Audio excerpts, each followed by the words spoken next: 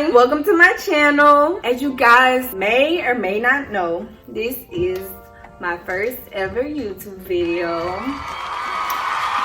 I'm just really excited to be doing this. If you know me, you know that I've been meaning to do this for a very long time, and it was just a matter of when I got around to doing it. As you can tell, this video is going to be me telling you guys how I saved up for my car and how I was able to get my car. Before I get into all that though, I did want to give a brief introduction of myself since it is my first video. My name is Lindsay Evelyn. I'm 20 years old. I'm currently a sophomore in college. I'm studying psychology. I don't really have any specific subject or topic that I want my YouTube to be about. Just a little bit of everything, and I hope to have something for everybody. So yeah, hopefully you guys will try to get to know me a little bit better in my future videos, and I am very excited to be starting this with you guys. Before I get into this video, I did just want to say the advice and tips that I'm doing is just what worked for me. Now, this may not work for everybody. Everybody's situation is different, and that's my first tip, to not compare yourself to anybody. Everybody's different. We all live different lives. So yeah, but I'm gonna start way at the beginning, when I got my first job. I got my first job in March of 2017 at Pizza Hut. I had just turned 16. It wasn't nothing fancy. I was getting paid $7.50 an hour, and I worked 20 hours or less while I was in school. My paychecks would be like $150, $160, $270 was a good paycheck for me. I didn't have a bank account, so I would get physical checks. I would just blow those checks on whatever it was that 16-year-old girls would buy. But one day, I just decided to do something really smart. I was just like, okay, I keep blowing all this money, so this time I'm not gonna go to the bank and I'm not gonna go cash this paycheck. I'm going to wait till my next paycheck to go cash it. This was actually the first step that I ever took towards saving. To me, it wasn't really that much of a big deal, but it was pretty smart of me to do. Since now I had more cash on me than I usually did, I just asked my mom like, hey, can I go get a debit card now? This is the first semi-goal that I set for myself. I told myself that I was not gonna go under $500. I didn't have that many bills to pay around this time other than gas, because my mom would let me drive my older sister's car to school. My phone bill was honestly only like $40 a month. So as long as I had gas and my phone bill taken care of, then that's when I would go spend my money on other things. October of 2017, I quit Pizza Hut. This is my second advice too. You should not quit a job unless you have another job secured already, because now you don't have a source of income, but you still have the same expenses. So now your bank account is going to be decreasing, and you have no way of making it increase because you don't have any income. I ended up getting hired at Kids Foot Locker. I was getting $7.25 an hour, but I was getting commission. The commission was pretty good because I was working the week of Black Friday. Then after Black Friday, of course, came Christmas.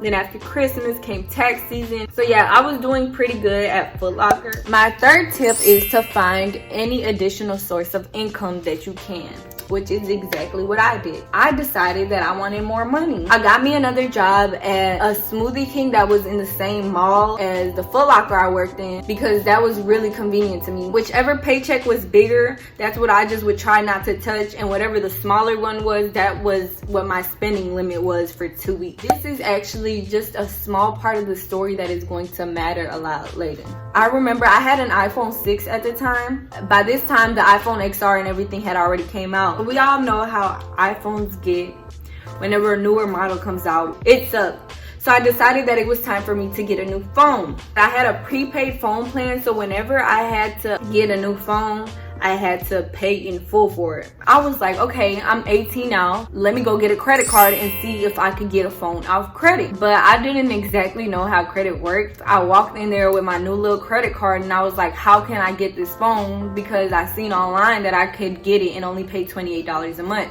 And he pretty much told me that I couldn't do it. Whenever I turned in my 6S, they gave me $200 worth of credit. So for my XR, which I have now, it would have been $600 total. So I still knew I had to start credit. I was like, I'm gonna pay $300 off my debit card, and I'm going to pay the other $300 with my credit card. That way, whenever I pay it back to my credit card, I'm building credit. So yeah, that's how I was building my credit, with the credit card. But yeah, I was smart as fuck for that.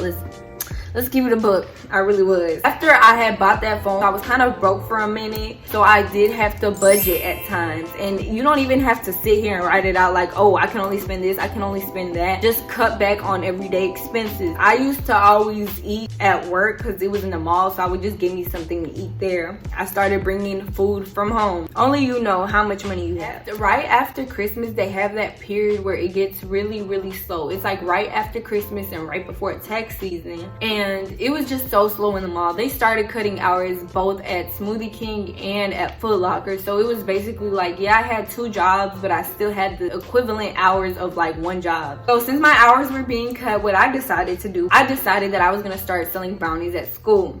Since I started doing that, I would make like $30 a day. I would always get that in cash. Everybody would bring their little dollars and that's how they would pay me. And that's what I used as my spending money, was that cash. Now $20 a day isn't that much, but that was my gas tank and that was also my full set for me.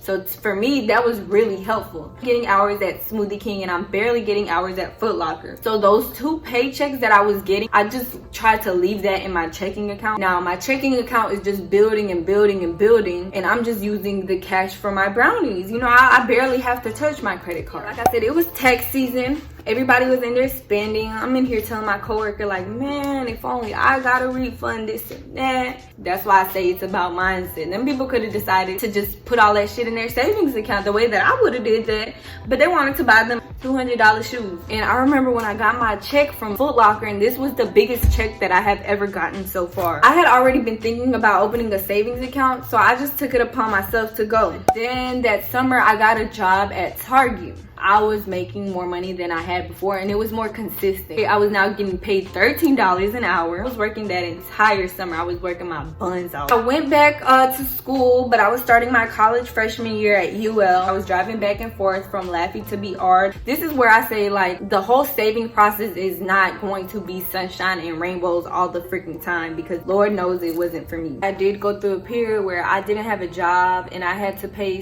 so much money to get my car fixed. It was just to the point where, you know, the older that the car gets, that's going to start to happen. And it would just be small stuff, like the AC one day was broke and it turns out it needed its compressor fixed, and it was like $400. So yeah, the whole saving process wasn't always smooth. Keep that in mind. There will be bad days and you are going to have to learn to be okay with it. Shit happens. Now, when COVID hit, this is really when I started saving the most, because I couldn't do nothing but save. Like, there was nowhere for me to spend my money at. I was not expecting to get a brand new car, but you know, we went to the dealership. Everybody told me that my credit card wouldn't matter when they were running credit checks, but it did matter, and I had pretty good credit. So I was approved to get that car financed. Now, like I said, it's all about control. I can't sit here and I can't quit a job just when I get mad, because now I have a car note to pay. So yeah, that's how I got my car. As far as insurance and all of that, I'm on my mother's insurance. It's always cheaper when you're able to put it under a parent's name. This is exactly why I said everybody's situation is different. Really, all that you have to do is just try to make the best of what you do have, and you know, try to charge it to the game. So yeah, that's how I got my car. Thank you all guys for watching. I hope this answered all of the questions that you guys have for me. Thank you so much. I hope you guys stay tuned for any future videos that I may have.